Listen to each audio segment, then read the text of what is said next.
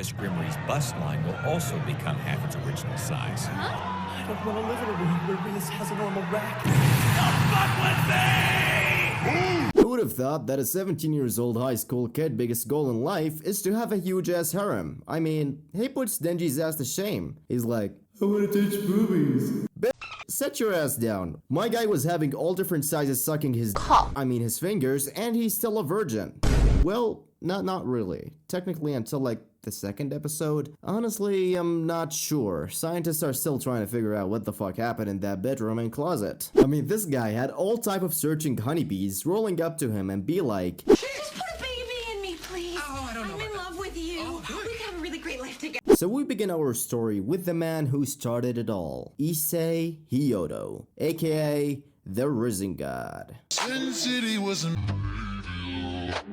So the story opens up with the main character Issei, and what more beautiful of a shot to start the show than him and his friend Asses dancing out of joy to hold their Excaliburs between their legs. I just love my dog. Look, my brother told me how to taste the bag. Anyways, it turns out that the girls they are watching basically practice kendo, and they whoop their asses. Oh, a redhead is watching. I'm sure she has nothing to do with the plot. Anyway, the next thing you know is Issei walking out of school, and a random girl he has never seen before pops up in front of him, and she's like, I like you. Can we go on a date? And he's like, I want to thank you for your grace and mercy in my life. like, bruh. You have fallen to the oldest trick in the book, but he's like, as long as they're breathing, right?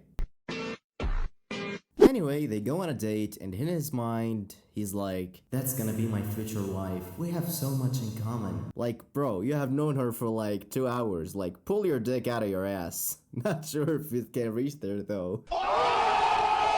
So anyway, she asks him the same old, if I was a worm, would you still love me? But in a different tone. She's like, will you die for me? And he's like, what? I mean, I came to get ice cream. I'm probably get a good night. Get fucked, you little virgin, and chunks a fucking huge sword in his ass. I mean his stomach. Damn, she aimed for the wrong hole. So when he's on the verge of death, he's like, I'm gonna die a virgin. Like, bruh. My man's biggest fear was that he didn't have Puss. Anyway, he hears a voice telling him to rise up. And my god, Rias pulls up with the boss British violin music on, and Issei looks at her and he passes out immediately because all of the blood simply just goes to his dick. Anyway, the next day he wakes up and he's all suited up somehow, and the redhead is sleeping next to him naked. His mom walks up to the room and she's like, his father didn't pull up bitches like that. I almost thought he's gay. Going back to the school, because this is indeed a high school anime.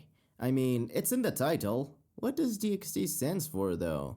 Boobies! We get introduced to our main characters, and surprise, surprise, they all favor Issei. Yep, even this one. Anyway, let's introduce them. Don't you think we're a good match? You can jerk him off, and I'll jerk him off, and we'll all jerk off in a circle jerk. My client should go right to fucking jail! After that, we finally get introduced to the world building of the show. Even though we don't actually need it. I mean, just give me Akano and I'm the happiest man ever. Hold on, Your Honor, I can explain. So basically, in the world of High School DxD, we have devils, angels, humans, and gods in like later seasons. But what's important is this world building is actually a chess game. Reminding you of someone? Let's see. Overpowered character, has a huge ass harem. Holy shit, Issei is actually Andrew Tate.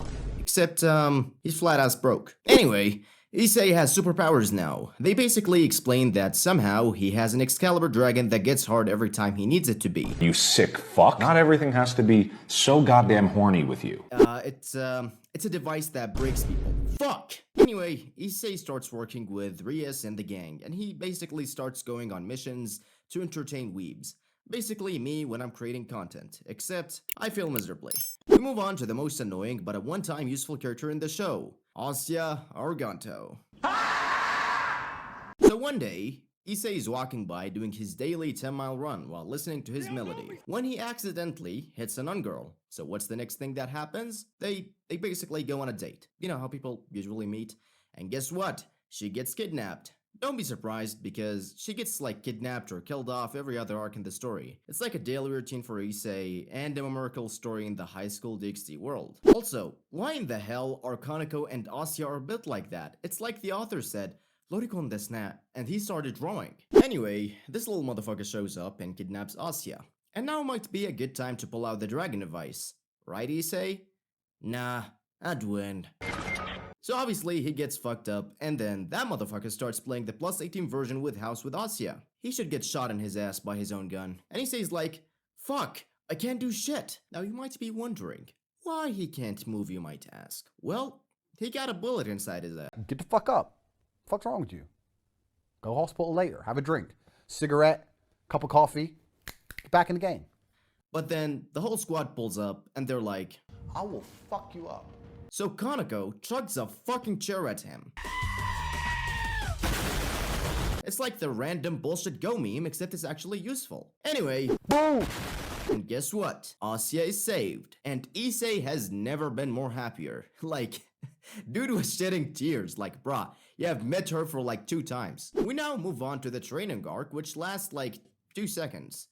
What's wrong, Issei? I thought you said you wanted her to sit on you. Bruh, if I was there, I'm setting up a new world record. Hang on! What the fuck did I do wrong? Tell me! And now, a very important tournament arc with plot serving angels. And no one makes those sounds when they are stretching. Issei gets hit in the jackpot, which, I gotta say, he took it like a champion. And he got rewarded for it later. Nice. Anyway, our characters gets isekai'd into the Pokemon universe, which basically where they find an old-looking Ash, who's definitely on crack. Asya catches a Pokemon, and they get covered in vaporizing slime for plot purposes. Of course. We then cut to Issei busting, but nothing comes out. That's why he comes the next day fully energetic. Anyway, Issei goes to the locker room with his boys to see if there's something wrong with his Excalibur, and he basically gets fisted. Flash forward, and Issei is in his room where he hears a noise in the shower. So he goes to check, and oh, guess who it is? His mother, coincidentally, walks in at the perfect time just to say, "Why her? I thought you liked them big." You're goddamn right. Moving forward, we got another tournament arc? Basically, this motherfucker shows up, who looks like a Final Fantasy character, by the way, and he's like, "I'm gonna marry Rias." And Issei is like, I will fuck you up. anyway, he shows him his collection, Behold my stuff. and he smooches one of his girls, and Issei is like, "Give me some." But the guy's like, "I don't swing that way, bro." So they set a chess game match tournament, and whoever wins gets Rias. They agree, and poof, they are gone. Anyway, let the training arc begin! Well, technically the second one. We got hiking, holy hot angles, sword fighting, holy thighs, cooking and eating, because that's what training arcs are for. We also got, wait for it, holy bath scenes. Definitely something we're not going to see again. Rias talks about her life, and Issei is like Deku, "I'll protect you with all I've got." Anyway, our characters gets isekai'd once again to the chess game, and we got our matches set up. Hold on, is that Discount Chun-Li from Mortal Kombat? Basically, all you need to know is that Akano is best girl. No! Issei undresses 2 lollies. Well, technically 3. Why? And Kaneko gets fucking isekai'd by a new nemesis, Bambukun.